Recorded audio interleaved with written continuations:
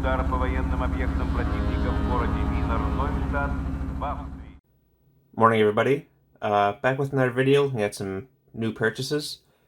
So now that I'm finishing up my World War II Italian project, I'm looking forward to some new projects.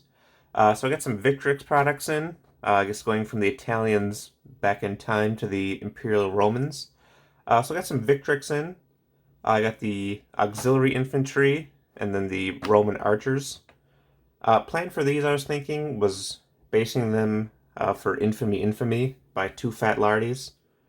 The plan for these, as far as painting them, where is it here? So I got this book in probably well over a year ago at this point, painting the infantry as naval infantry. So this Osprey book is, I wouldn't say it's the greatest book, but looking around online, there's not a lot of information on the Roman naval infantry, the Classiarii, they're called. So I think a lot of this is going to be conjectural, um, but I think they'll be fine. I'm okay with winging it a little bit. And then the archers, they give you 12 Roman archers and then 12 auxiliary style archers of Syrian archers who were deployed sort of all over the empire. So I think, yeah, they'll be kind of sticking with my themes I go with of sort of more obscure, lesser known countries and forces. So I think I'll go start off with the naval forces, and then if I feel like it, expanding into more the legionnaires and the cavalry and so on. So yeah, this definitely keep me busy for a little while. This started still in the assembly process, so I think it's going to be a little while till these see the table. So like I said, I've had this book for quite a while. So it's kind of a project I looked into, and then I kind of bounced off it. But I was playing, there's a game on Steam on PC called Expeditions Rome. Though it takes place in the late Roman Republic. It's a pretty fun game. It's sort of tactical combat and also sort of managing a legion and some RPG elements. So it kind of reignited my interest in the Roman era. And then I kind of remembered I had this book and picked it up, and that's kind of re-sparked the project. So if you do have a PC and you're into gaming, I would definitely recommend checking out Expeditions Rome on Steam. And then this was my other big purchase. Finally made a purchase from Perry's for their metal products. It's not exactly cheap to buy from Perry's over here in the US. So the shipping costs are 25% of your order plus an additional £6. So I've been wanting to buy for a while and finally bit the bullet and did it. Figure buy once, cry once. So this is mainly for my Third Anglo-Afghan War project. I'm using their Victoria's Little War range. So let's pop some of these open and we'll take a closer look. Yeah, so these are mainly the Afghan tribal forces. So this one here, this is the Afghan Tribal Command. And this is actually the very first Perry medals I've purchased. Of course, I've gotten plenty of their plastics, but the medals are not that common to come by secondhand here in the U.S. They don't have a distributor here, so they really only have to be secondhand. Great sculpts. I like the layering they do on here with the different, the cloak and then the undershirt and then the sash and the weapons. I don't think the Perrys really ever miss in my book. So we got the command. I got 2 mountain guns. Basically a small cannon. I don't think it's gonna be very. This one actually looks fairly painless to assemble. I'm always a little worried with metal artillery. It's got a very.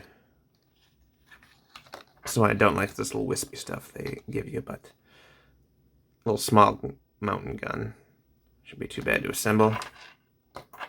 So I got 2 cannons.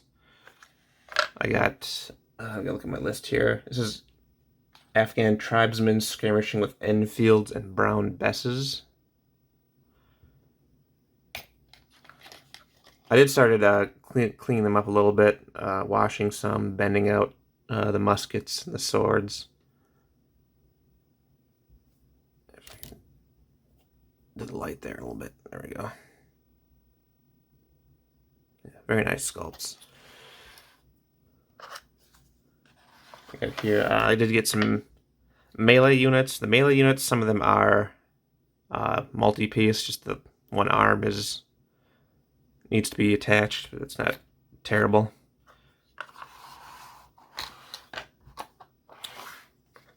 And this is tribesmen with Jezzails.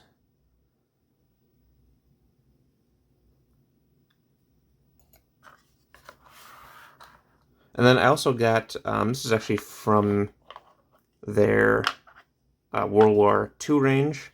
I got two Sikh units, because there were Sikh soldiers, obviously, on the British side. So this is a Sikh Vickers gun team. Now, they do have the shorts on, and as far as I can tell, the standard uniform at the time was long pants. Obviously, these are supposed to be for North Africa, but I'm not too terribly concerned with shorts. Now, I do like this. The Vickers gun is all one piece with the tripod, the gun, and then the water cooling can. Versus the Empress Vickers gun I have, all three of these were separate pieces, which was a real pain to assemble. So very good on parries for that.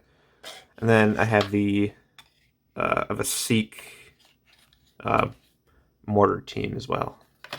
So just to add to the British forces a little bit. I do want to expand the British forces just beyond the sort of the expand into the Commonwealth soldiers like the Sikhs and the other Indian soldiers and the Gurkhas. Woodbine Design does have those soldiers, but obviously they don't have a U.S. distributor as far as I can see, so I have to make a special order for those. I'll say it's very pleased with all of this. And then I do have the big brown box. Let me get all this out of the way for a second. So the big brown box here, I ordered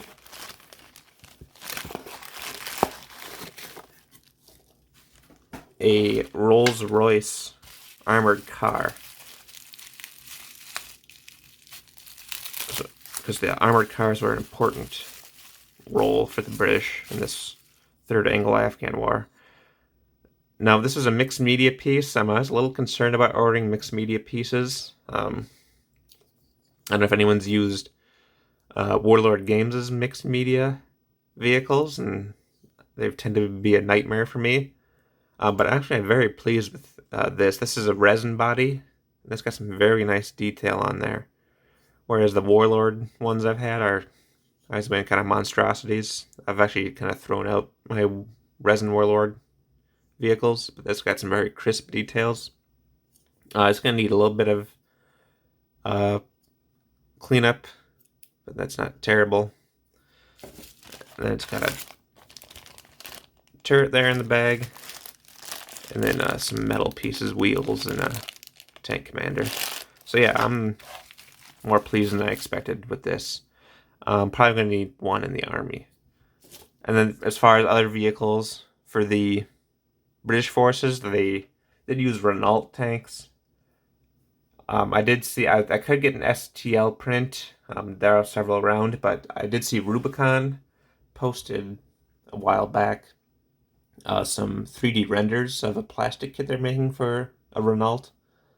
So I might just wait until that, because I would prefer to have the really detailed Rubicon kit over an STL print.